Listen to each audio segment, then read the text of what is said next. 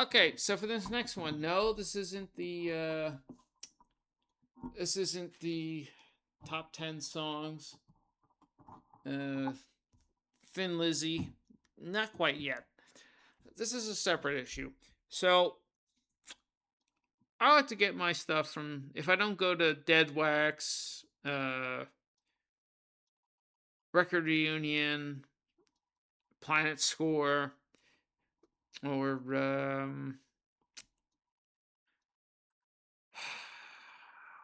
Vintage Vinyl on Delmar.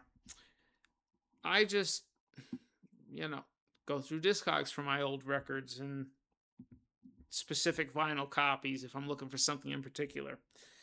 So for the last 7 months, once I started on the Miles Davis catalog, um, I was lucky enough to come into a Bitches Brew Complete Sessions 4 CD set for $26 because it had some case damage, which is mostly repairable with the proper glue, and I could probably turn around and sell it VG plus. Uh, but I went through the trouble of getting into MoFi through that and Sisters of Mercy. And I said, okay, I want a MoFi copy of Bitches Brew because I really love this album. And I already have the video on Black Beauty that followed it up. So when you go through uh, some of the older ones, like Jack Johnson, ESP, Nefertiti, In a Silent Way, Milestones, Smile Story, Kinda Blue, and Bitches Brew. You find out in 2012 through 2014 or 15, they did first runs on their Gain 2 Ultra pickup process with wider floor and lower noise levels to really significantly improve all the instruments in the mix. Now, on those original runs, they were numbered, usually to 10,000 copies, and then they sold out. Since then, most of those have all come back into play, into print, in the last 2-3 years, especially. And MoFi, Mobile Fidelity, has expanded to include a separate supplier for metal material and lacquers. So sometimes the perfect consistency of the original first presses with the numbers don't quite hold up in full quality control. I mean, most people aren't going to tell the difference if they don't bother to hear the old 10 to 12 year versions to find out. So it is what it is. But you're still going to spend $40 to $60. Now, I wanted the thicker inner sleeves. I wanted the number. I wanted the guaranteed quality. So I've been hunting down a 2014 180 gram double LP of Bitches Brew. And so this is the Gain 2 Ultra Analog. This is the numbered one. Number 3710 of 10,000. I put up an offer. I got it for $48 and then proceeded to spend $8 in shipping to get tracking, but regular media mail. And I ended up paying sales tax because the seller on Discogs has made enough sales this year that he has to register and pay sales tax. I didn't know that was coming, so that was another $3.40. So I paid $59 for this out the door. Most of the numbered editions in near mint of Bitches Brew of the 2014 MoFi first press are going for 62 to 80, depending on the number and the sleeve quality, stuff like that.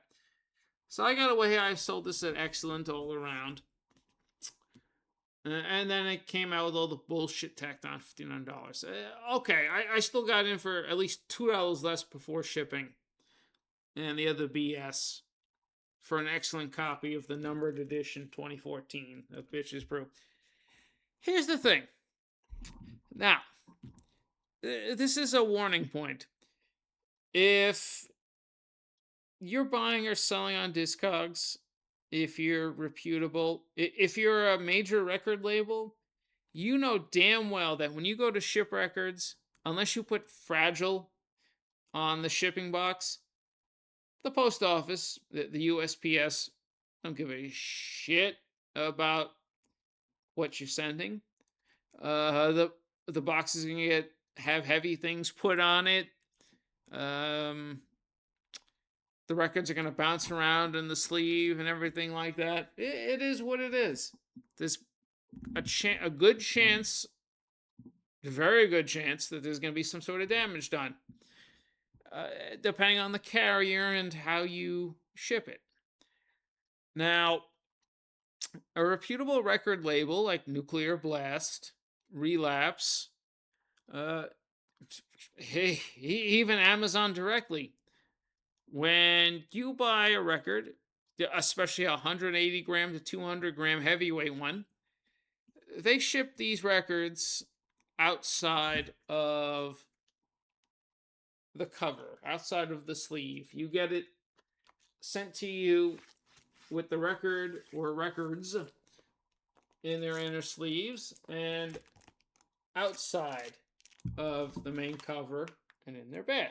The reason for this, like I said, is the record bounces around and it will possibly cut through the seams on the top and bottom.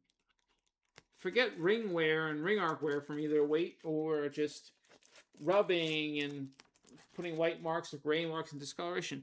But it could bounce around in the sleeve. It's heavy and it'll cut through the cardboard. Or if the whole thing isn't glued cardboard, you get cardboard panels, but then a heavy stock paper with the artwork printed over it, glued over. So then it cuts through the paper for the artwork, but then the cardboard's still there. I say this for a reason, because I paid $60 for this. It easily, I could probably, if it was totally excellent like I paid for, I could turn around and sell it tomorrow for $70. Easy. Especially with this low of a number on a special limited edition. Here's the thing. What I got in the mail came suddenly with notches on the open edge. It came with the through the packaging and through things being pressed on it and slammed. It came with the bottom edge. You see that lip there? That's the edge being flattened. Now, the guy I bought from said it was perfect when he put it in the box. Well, in 3 days, it got the shit slammed out of it. So that's one issue. Now we've got banged up corners that are dented. That's another $3, $4 off. This is $6 off right here. But here's the fun part. The guy I ordered from didn't ship the records outside of the gatefold. And these are 180 gram. So guess what happened in batching? Yeah. Maybe you don't see it clearly, but you know what? I'll show you here on the bottom. An excellent condition 12-year thing. See this right here? That's a seam split. Bozo didn't pack the records outside the sleeve. So, between the post office and just the condition of the materials, the LPs went up and down inside the covers and cut through the bottom, and now I've got a full seam split here through the paper. The cardboard's fine, but the paper has been run through that you can see the cardboard and the record on both covers. Well, that's easily about $12 knocked off the resale value of this damn thing. Let alone let alone the fact that I've been chasing this so long, and I wanted a just I wanted an immaculate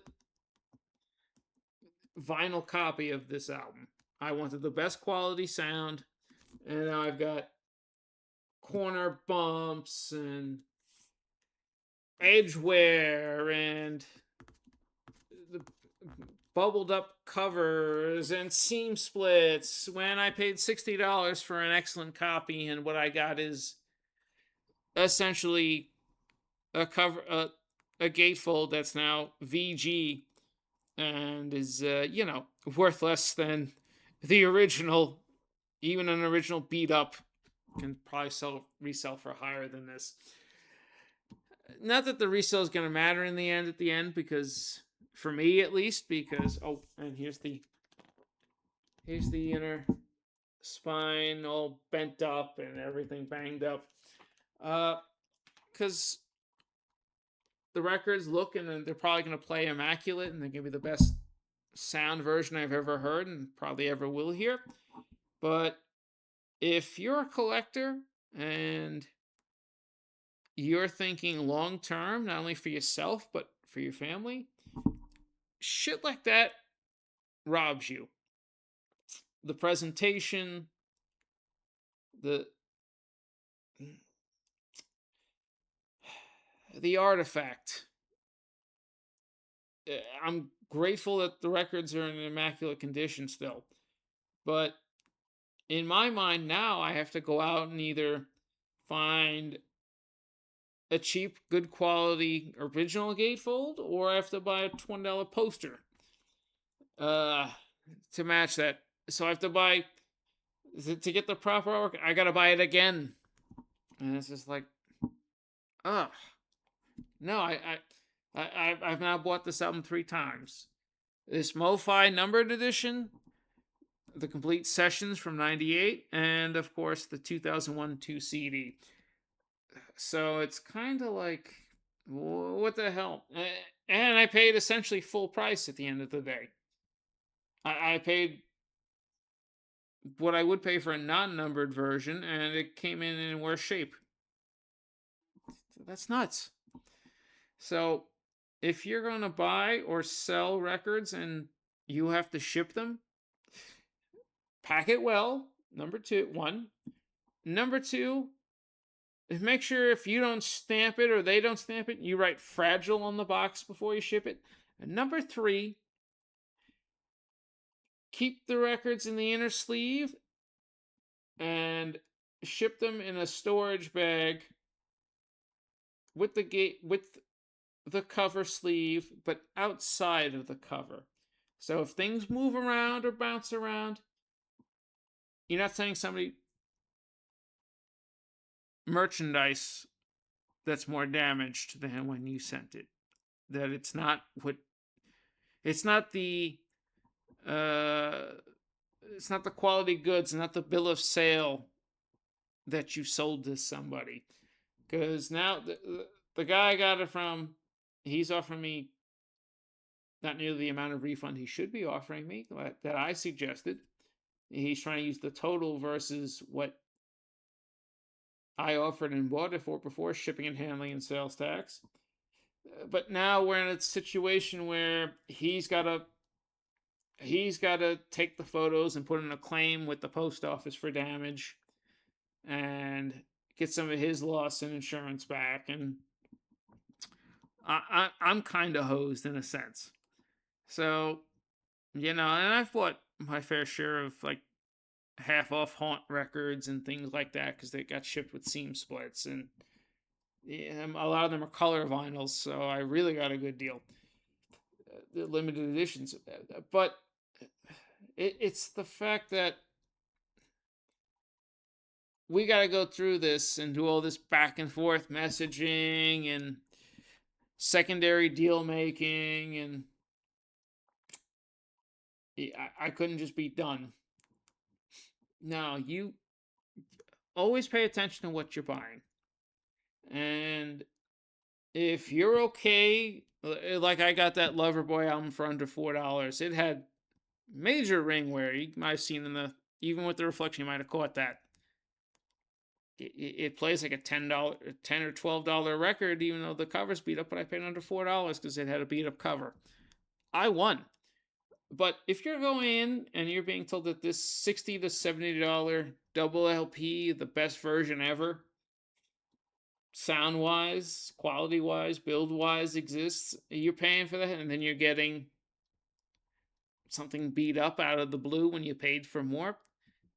It's ridiculous. It's annoying. Do a better job. And once again, if you're going to go into record buying, this isn't CD buying. You can get a beat up jewel case and then just replace the jewel case real easy. If you buy a digipack, this can happen to you too, because digipacks represent the old school gatefolds most of the time. You run that risk, but random shit like this is just BS. Don't get hosed over. Ship your stuff right. Take your care. Spend your money on shipping, and be upfront with what you have if you're the one selling it. If you go check my Discogs library, I am really thorough and to the point as much as I can be with my notes. Because no matter how much they play near mint,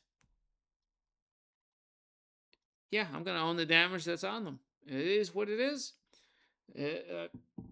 I bought a number of covers that were graded VG plus to near mint, VG plus, and then really they're G plus because there's some other random shit and people are trying to make their money. I get it. It is what it is. It's a jungle. But be fair, be consistent, and just watch yourself. So that's my little PSA on buying on Discogs or eBay or anything like that. If you can, if they're a reputable seller, shoot them an email, send them a message asking for pictures and things like that beforehand. Because this is how you avoid bullshit like what I just have to go through right now. And that's it. I'll be back real quick with the top 10 Thin Lizzy songs for my top 10 Thin Lizzy songs, I should say. And yeah, that's it for the moment. That's my rant. Till the next one, hit like, comment, sub, and I'll resurrect it for the old time's sake. See you in hell, my friends.